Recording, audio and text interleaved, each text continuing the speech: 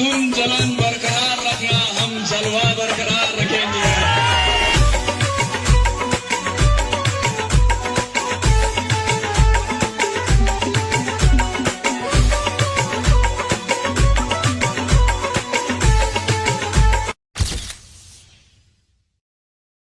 तुम जलन बरकरार रखना, हम जलवा बरकरार रखेंगे।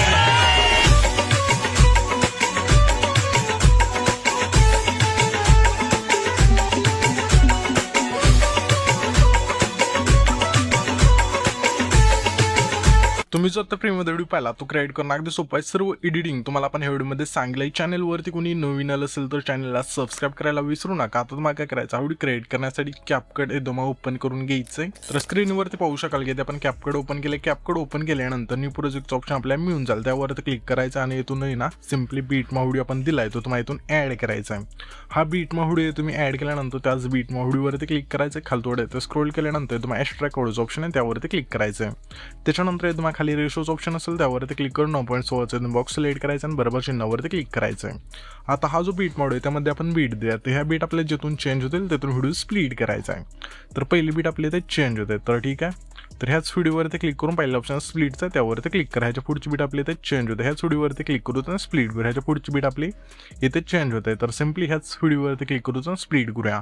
अशा प्रकारे हा जो व्हिडिओ असेल तो शेवटच्या बीटपर्यंत मला स्प्लिट करण्याचा आहे। स्प्लिट केल्यानंतर असे वेगवेगळे भाग होऊन जातील। त्यामध्ये आता इथून तुम्हाला तुमचे फोटो ॲड करायचे, एकच इथून फोटो ॲड करायचा आहे। तर सिम्पली ह्या लेअरवरती क्लिक करा, खाली थोडं ते स्क्रोल करा, रिप्लेसचं ऑप्शन मिळून जाईल, त्यावरती क्लिक करून इथून तुम्हाला आता तुमचा फोटो इथून ॲड करायचा आहे। तर इथून फोटो ॲड केल्यानंतर अशा प्रकारे ना सर्व बीट लाईन आहे इथून तुमचा एकच इथून फोटो ॲड करण्याचा शेवटच्या बीटमापर्यंत फोटो ॲड केल्यानंतर सिम्पली पहिले जुटायचे आणि आल्यानंतर तुम्हाला खाली ओव्हरलेचं ऑप्शन मिळून जाईल, आपल्या त्यावरती क्लिक करायचं। तर क्लिक करून पुन्हा ॲड ओव्हरलेवरती क्लिक करायचं। आपण तुम्हाला एक ब्लॅक बॉर्डर दिला अशा प्रकारे ही ॲड करायची, ह्याची लेंथ आपल्या शेवटपर्यंत न्यायची, नेल्यानंतर थोडी ते झूम करा अशा प्रकारे। आता आपल्या सिम्पली काय करायचं आहे, 3 पेज आपण दिले ते तुम्हाला इथून ॲड करायचे। तर पहिलं पेज तिथे यायचं आणि पुन्हा ॲड ओव्हरलेवरती क्लिक करून सिम्पली पहिलं पेज इथून तुम्हाला ॲड करायचं, म्हणजे कोणतं पेज ते बघायचं पहिल्यांदा आणि ॲड केल्यानंतर ह्याची लेंथ आपल्या कुठपर्यंत बघायची, इथपर्यंत येते तर अशा वाढवायची आणि सिम्पली तुम्हाला ॲनिमेशन्स ऑप्शन आहे खाली त्यावरती क्लिक करून आपल्या सिम्पली इनमधला फेड इनचं तुम्ही एक स्लाइड करायचं आणि बरोबर चिन्हावरती क्लिक करायचं आहे। आता अशा प्रकारे पुढचे ज्या 2 पेज असतात तिथून तुम्हाला ॲड करून घ्यायच्यात। तर मी इथून आहे ना पेज ॲड करून घेतो आणि फोटोसुद्धा ॲड करून घेतो, बीटनुसार तुम्ही पण घ्या। इथे तुम्ही बघू शकाल की पेज आणि फोटो आपण सर्व इथून ॲड करून घेतले। ॲड केल्यानंतर सिम्पली काय करायचं, जे आपलं पहिलं ट्रान्झॅक्शन असेल त्यावरती क्लिक करायचं, ट्रेंडिंगमध्ये किंवा लाईटच्या ऑप्शनमध्ये हा जो तुम्हाला लुमिन फ्लॅशचा इफेक्ट असेल तो तुम्हाला मिळून जाईल, सिलेक्ट करायची, लेंथ संपूर्ण कमी करायची आणि तुम्हाला अप्लाय टॉलचं ऑप्शन आहे त्यावरती क्लिक करून बरोबर चिन्हावरती क्लिक करायचं। त्याच्यानंतर सिम्पली हा जो आपला पहिला फोटो आहे त्यावरती क्लिक करायचं, ॲनिमेशनचं ऑप्शन आहे खाली त्यावरती क्लिक करू, इनमधला हा जो मिड स्लाइज रिवलचा जो इफेक्ट असेल तो तुम्हाला इथून स्लाइड करायचा आहे आणि बरोबर चिन्हावरती क्लिक करायचं। त्याच्या पुढच्या फोटोला सिम्पली आपल्याला काय करायचं आहे, कांबोमधला झूम 1चं तो बॅक स्लाइड करायचं। त्याच्या पुढच्या फोटोला सिम्पली आपल्या इनमधला क्रॉस सेगचं तो बॅक स्लाइड करायचा।